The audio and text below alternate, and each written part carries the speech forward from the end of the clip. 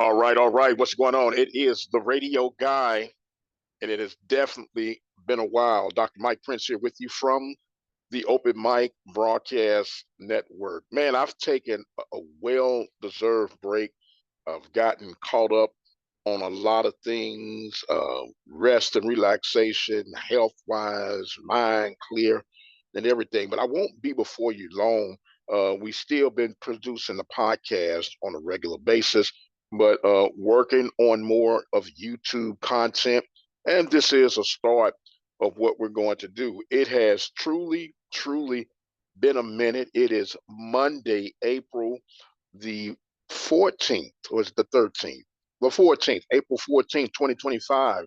And welcome to, we're calling this the Sports Portal by way of the Mike Prince Show. Now, it's been a lot going on since we last did some YouTube content, and we do apologize for that. Well, I won't apologize. I had to take care of myself. I don't take care of myself, who will, right? So with all that being established and said, there are a lot of things coming up. The Purple and Gold game for Prairie View is coming up. SWAC baseball has officially come to the middle of the road. I do have a question that I want to propose to you guys that are hear this and be looking forward to your response one way or the other. But before we get any further into that, I want to remind you that you can follow me on Twitter X at the Mike Prince Show. Simply go to X and go OBN underscore radio, or just type in the Mike Prince Show. You can keep up with our daily tweets and this, that, and the other. We mainly focus with that SWAC baseball at this time of the year. We know football season is going to be coming up real soon. Basketball has just concluded. Some changes going on at the Hill. Of course, Coach Pugh is no longer leading the women's program. We got a new head volleyball coach in the mix, Miss Dottie Hampton. That's her name, Dottie Hampton, a part of the leadership role now on the campus of Prairie View. But before we get into this, I guess we call it a mini special edition.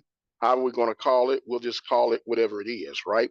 But anyway, with all that being established, this coming weekend, Prairie View fell short in their baseball series against the Grambling State Tigers this past weekend at John Tankersley Field on the campus of Prairie View A&M University. Lost Friday night 6-5 in 10 innings. Lost on Saturday 6-2, and then lost on Sunday. Tried to avoid the sweep by the score of 11-4. Now, with this, the Panthers find themselves in a very tight jam right now in the midway point. There are 24 regular season games that they play. They accomplished their 12th game on Sunday. They're now 4-8 in conference play. Now, what's very critical about that is that with them being 4-8, they did fall behind the University of Arkansas at Pine Bluff, who, by the way, got a sweep over the weekend over Texas Southern. Now, the reason I'm bringing that up is because that the game that, or the series that should have been played between Arkansas, Pine Bluff, and Prairie View last weekend was postponed because of bad weather. That's not the dilemma. The dilemma is, will they be able to make that series up, and will it get to the point where that series needs to be made up looking at the current standings? Right now, 10 teams would make it into postseason action, which will be in Birmingham, Alabama in May. With that being said, as we speak today, Prairie View would qualify, but it is down on the low end of the spectrum as far as the standings are concerned. But they say it don't matter how you get there, just get there, right? Right now, they are ahead of Alabama A&M and Alcorn. Alcorn and Alabama A&M are really struggling right now. And if the truth be told, Prairie View has been struggling.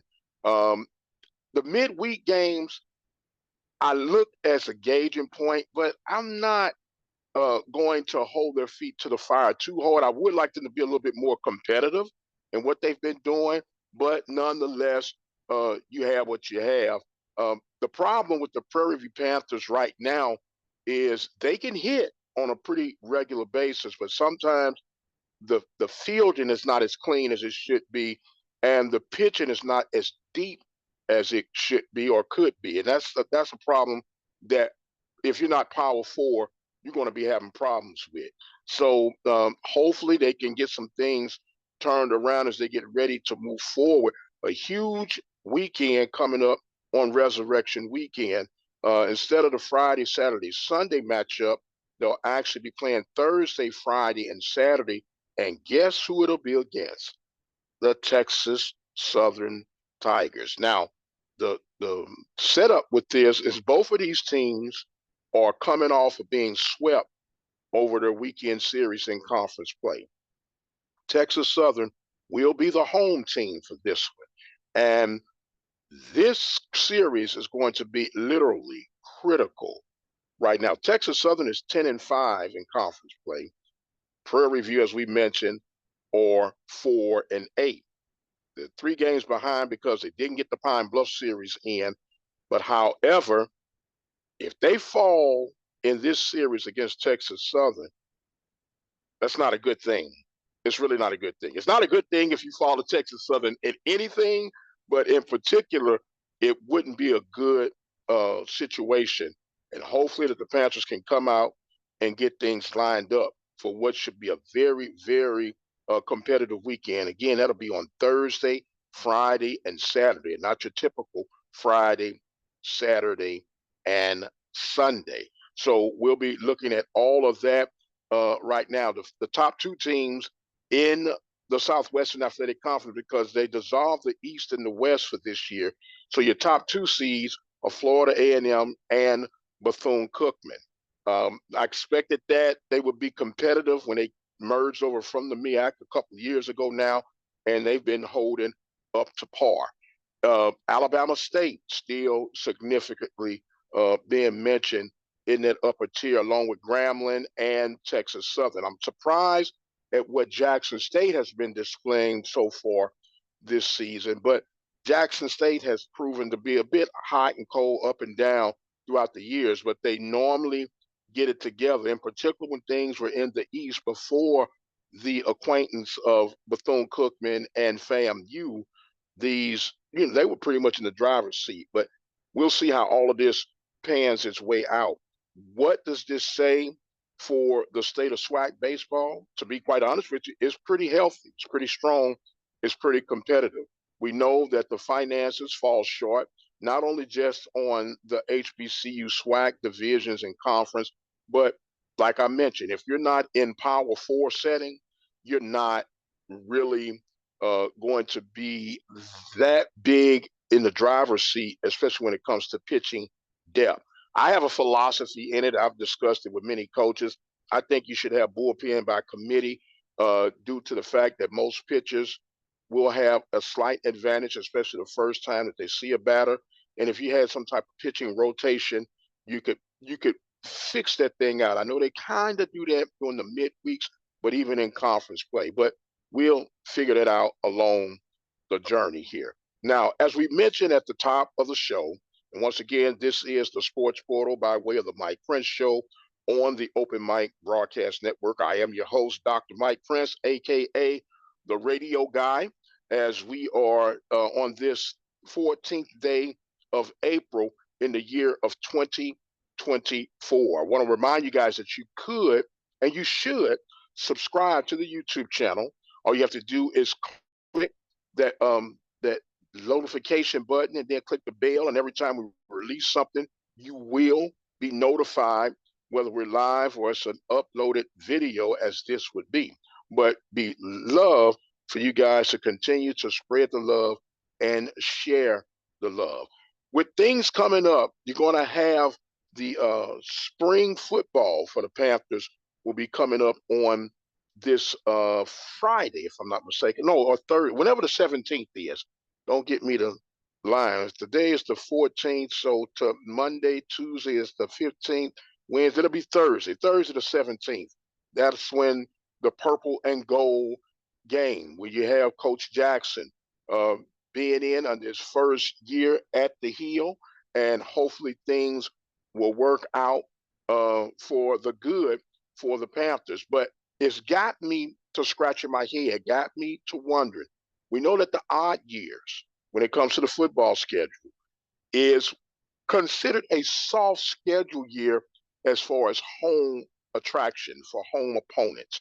And with that being established, who and how will the people show up? Or should I say, where and when will the people show up? It's no secret. I'm not reinventing the wheel. I'm not coming up with anything new, but it has been challenging when it comes to PV showing up in attendance for these games. They have not been strong, steady home crowds that you would like to see. And a prime example, uh, spring probate on the Hill 2025. You had what was this past Friday? You had a pretty strong showing for the probate show. And here is where the rubber meets the road for me.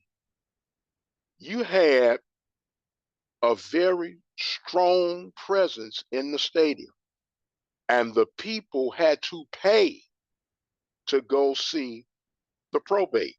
There were $10 for students, $20 for non-students. And the entire stadium was not filled, but the west side, which some people say the home side, which all of it is the home side when you understand the dynamics of college football.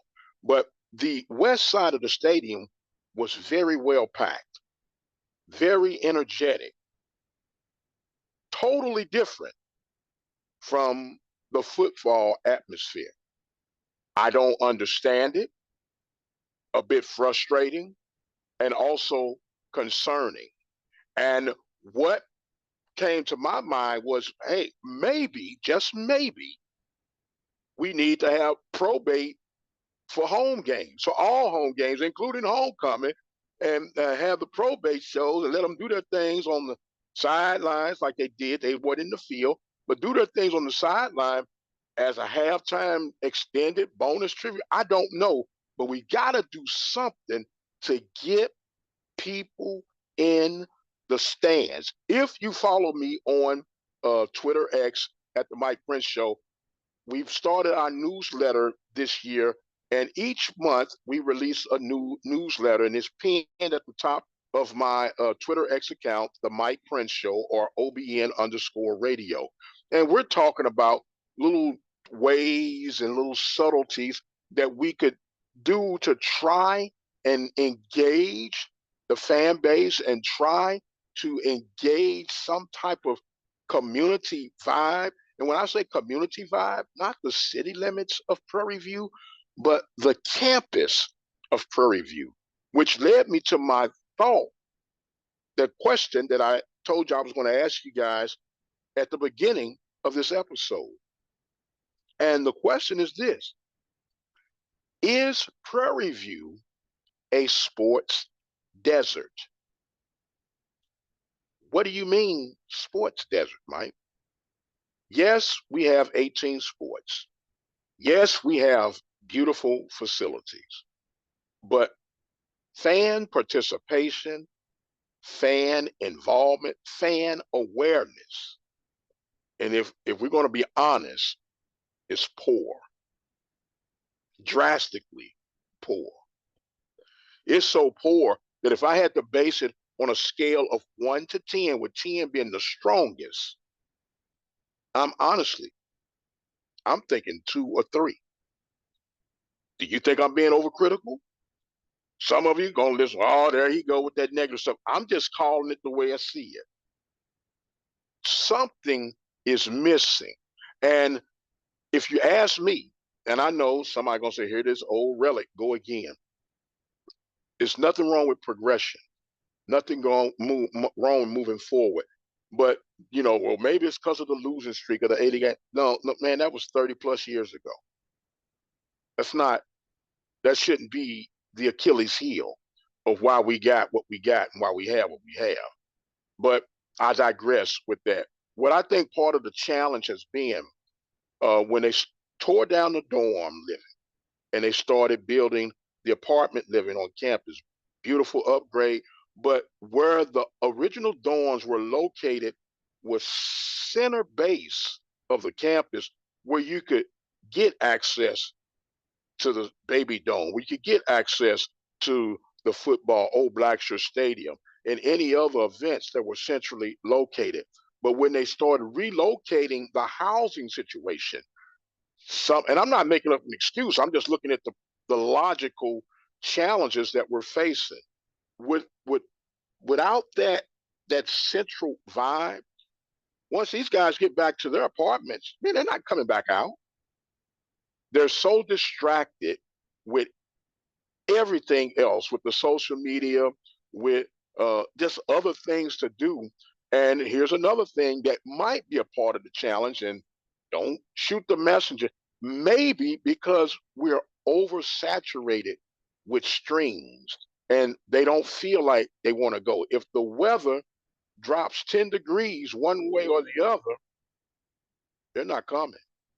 Don't let clouds show up in the sky. They're not coming. And the interest, some say, oh, I didn't even know we had a game. It's amazing to me. No one knows when the games are, but everybody know when homecoming is. But what you think? We got our updated line. We got our social line where you can dial in at 936-463-2405.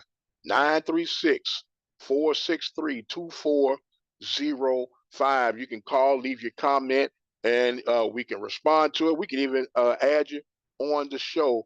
But let me know, what are you guys thinking about some of this that I'm saying? Has Prairie View become a sport desert? We talked about at the top how Coach Sandy Pugh is no longer leading the pathway for the women's basketball program. Now, she came from Southern University, extremely well decorated and medal, 4 championships, 18 years of success, came to Prairie View, and it was 7 years of struggle. But in that 7 years of struggle, I don't think that Coach Pugh became a bad coach, and I still think she's a good coach.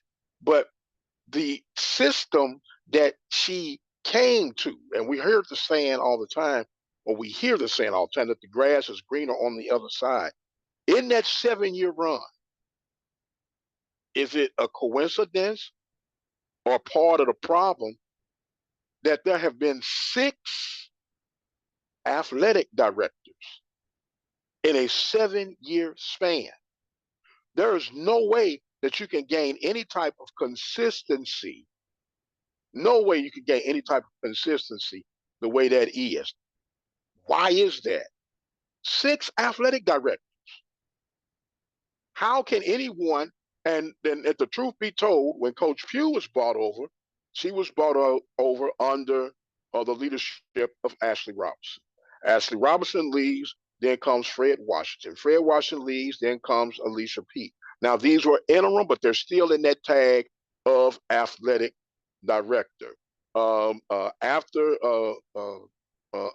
Coach Peete, then you had Dr. Donald Reed. After Donald Reed, you had John Gardner. And now we have the current athletic director, A.D. Goff. And where is the stability? How can you know where you're gauged? And then, some can throw it up, and we might as well address the elephant in the room. Well, if this is and I'm using air quotes right now, Coach Pugh resigning with some of the results that we've had, is it time for others to start resigning? We've had a diamond in the rough leave us, Coach Lindsay, and you can't blame her. She goes on to Memphis because she was tagging Memphis. Memphis said, well, look, we'll bring her part of our program. So now Coach Lindsay has been replaced by Coach Dottie Hampton. Now, Coach Dottie Hampton came from, North Carolina Wellington, University of North Carolina Wellington, something like that. And let's be honest, rough patch last season that she was in charge. Hopefully, she can get it turned around at Prairie View. Okay. So when we look at everything that's moving, then of course we got to address the elephant in the room also. Everybody's not funded the same. And I hear that, but I can't use that as a crutch. I can't use that as a crutch. Most of our situation, when I say our situation, I'm going now to HBCUs. Most of our situations, we know that the money is funny and the change is strange. We know that. There's no denying that. Let's not play like we were just born yesterday or we just woke up. It is what it is. But when we take these jobs, and I know it's easier said than done sometimes, and we have a philosophy in the way we want to do things, but sometimes we might have to fine tune how we've been accustomed or desire to do things to work with what you have available. And I still think that Prairie View now is in a position financially, even though we might not be fully funded on all our sports, but we have enough in the kitty jar where we should expect a little bit more from our athletic programs. Does that mean we should stop supporting them? No. Does that mean frustration kicks in? Yes, because it is what it is. No one wants to be a loser all the time. And what I'm calling losers, don't judge me, but if you're not first place, second place is the first loser. Third place is the second loser. So it's about some consistency of championships. And if we look at it, if I'll hear something, I'll ask you, if we were to gauge the athletic program alone, I'm not talking about the academia, I'm not talking about the campus, I'm not talking about the social life, just the athletic piece on the past 10-year scale, how would you rate the entire athletic department, not just one piece or the other, the entire athletic department on a scale of 1 to 10, with 10 being the strongest? I would love to hear your feedback on that. 936 463 2405. Let me know, where do you rank PV Nation athletically? And what could we or should we be doing to make things better? The one thing I can say as fans, we need to come out and support them. Even if you're frustrated, come out there and show your frustration, air your frustration, turn up the heat. But if there's no heat being turned up, guess what? Nothing's going to be addressed. Nothing's going to be adjusted, because no news, quote unquote, is good news, right? And that's somewhat of what I'm seeing from outside looking in. Please let me know what you think. 936 463 2405. This is the radio guy, Dr. Mike Prince, with the Sports Portal. And we are jumping this thing off on a Monday, getting things ready to rock and roll.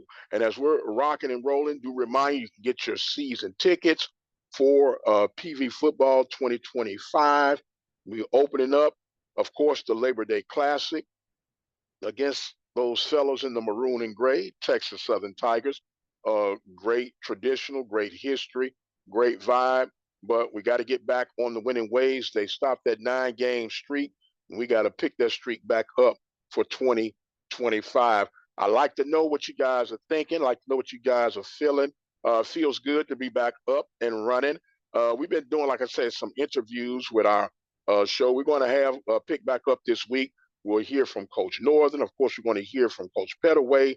We'll get Ben and Jack, along with myself, for the "Yeah, I Said It" episodes, and a whole lot more to keep things running. Look, I've ran my mouth enough for today. I just wanted to get some things out there, some fresh takes on some things. I think I've gotten everything that I want to cover so far in this little, as they say, mini comeback edition of what we got going on here with the sports portal 2025. Is Prairie View a sports desert? I need you to answer that for me. Is Prairie View a sports desert? 936-463-2409. I'm sorry, 05. The time has come where I must exit stage left. I am the radio guy, Dr. Mike Prince. Do follow me on Twitter X at The Mike Prince Show. Subscribe to the YouTube channel at the Open Mic Broadcast Network.